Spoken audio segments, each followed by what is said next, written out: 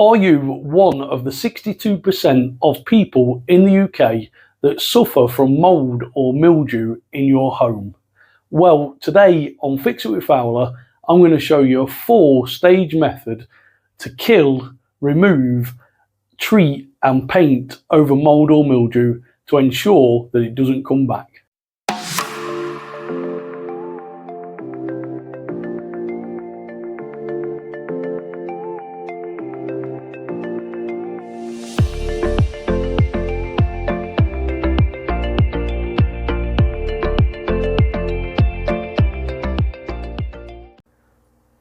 A couple of months ago, we noticed that mould was forming between this joint of the ceiling and the wall. So I went up on the roof and had a look, and sure enough, we had a water leak. And that is the cause of this mould and the start of the mould growing. So before you can carry out this process of killing the mould, treating it and painting it, you really need to get to the bottom of the cause.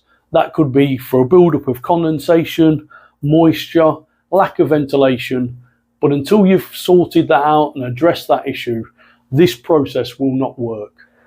Step 1 is to remove any of the excess mould. So what you're going to need is some fine grade sandpaper, some PPE, glasses, gloves, and a really good dust mask to prevent you breathing in any of the spores from this mould. Because as we know, the spores from this black mould can be really bad for your health.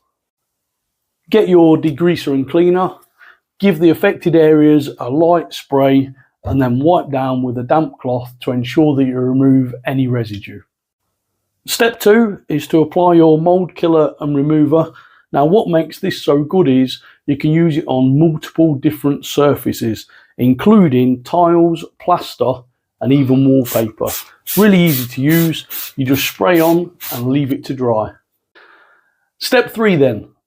We're going to apply this Bin Aqua Primer Sealer. And the reason we're going for this is it's an advanced water-based primer sealer that's a stain killer and an odour blocker all in one. So we're going to paint this onto there, and the main advantage is one, that it's water-based, so you don't need any specialist equipment to clean your brushes or anything after.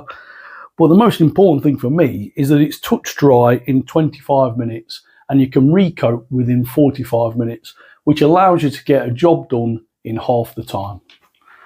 Like any paint, you need to make sure that you give it a good stir for a couple of minutes to make sure you mix all the chemicals to ensure the paint will perform the way it's supposed to. Now, the good thing about this paint is that you can apply it using a brush, a roller, or even a sprayer. Now, for me, I'm only doing a small area, so I'm going to use a small roller and a brush. If you're finding this mould video helpful up to now, then please don't forget, give the video a thumbs up, leave me a comment, and that helps the video to reach other people and helps my channel to grow. And finally, don't forget to subscribe to my channel, hit the notification bell, and that way you'll see all my future videos.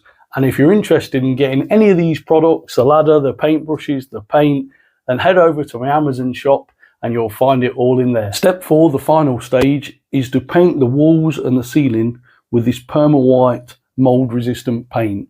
Now what makes this paint unique is, one, you get 7 years performance from this paint, which helps inhibit growth of mold and mildew. But also this paint comes in different finishes and different colours. So I've gone for a matte white for the ceiling, but I've also had some tinted to match this Dulux paint that's on the walls. So you can get it in white, black, and you can have it tintable up to any mid-sheen colour for your walls or ceilings.